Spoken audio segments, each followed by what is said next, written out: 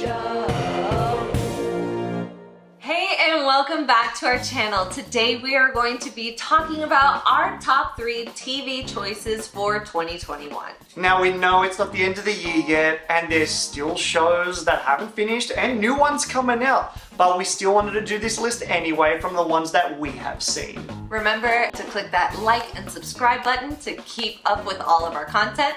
Now let's get going. Number 3. Netflix's On My Block Season 4 was just this fun, coming-of-age, binge-worthy show for me. It follows a group of high school friends growing up in Free Ridge, California that went their separate ways at the end of Season 3. Here we are, 2 years later, and they're seniors trying to figure out the way of the world and their next step in life. There are the traditional family issues, gang life, family, love, death, all that you can think of wrapped up in this series. I would suggest for everyone to do themselves a favor and watch it, especially because there is a spin-off series in the works. WANDAVISION was a huge surprise for me because it wasn't your typical Marvel fare. There wasn't the bang bang shooty shooty, and there was a genuine mystery to be had here. This is set right after Endgame. Wanda and Vision moved to a town called Westview, and they lived the suburban life, with every episode taking on a new era of TV sitcom tropes. Soon though, they realize it's not quite all what it seems. This is all I'll leave it at, because the mystery is one worth seeing on your own. Elizabeth Olsen takes her acting to the next level, and Paul Bettany as Vision is always brilliant. This was the start of the Marvel television universe, and they came out of the gate swinging. Number 2. Now I'm real mad that this show only got 1 season because I thought Rebel was a kick-ass show for 2021. It starred Katie Sagal, John Corbett, Andy Garcia, and James Ledger, and I saw the potential.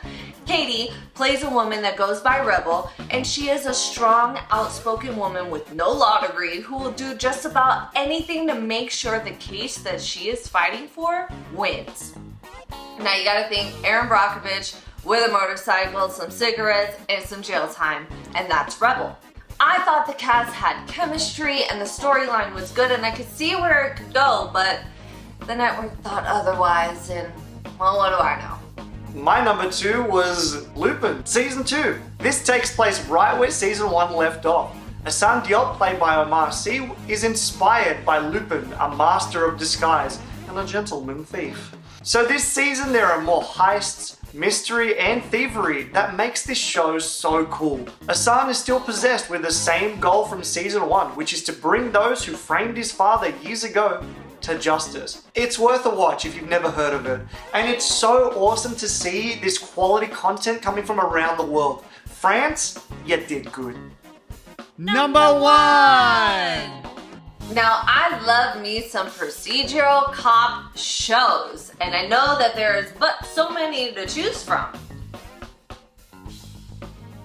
But Law and Order Organized Crime took the cake this year. Elliot Stabler from Law & Order SVU returns to New York City to join a new task force of the NYPD that focuses on organized crime and a particular family this season. This show had me on the edge of my seats with what Elliot was putting himself through to go undercover and the means that this mob family will go to. Now, the Law & Order series does a really good job about making this story believable, so you think that this could or has happened in real life. So it kind of makes me question, what family was this season about? My number 1 was the show that took the world by storm. It was the highest viewed series on Netflix of all time. It spawned multiple memes, costumes for Halloween that were banned in schools, and had most of us converting that exchange rate on our phones. Squidgame had some solid ideas and meshed them all together. You probably already know the premise, but if you don't, link in the description down below for our review on it. But to summarize, it's a deadly game show where the most desperate people are brought together to compete for life-changing amounts of money. This was my favorite show of the year. Twisted games, unique visuals, complex and in-depth characters, this show had it all. Netflix has renewed it for season 2, and I'm ready for round 2. Now, honorable mentions to all of these TV shows that we enjoyed this year but didn't quite make the list. So what were your top TV shows of 2021? Did you agree with our list? Let us know in the comments down below. Like always, like, subscribe, tell your friends. Until next time.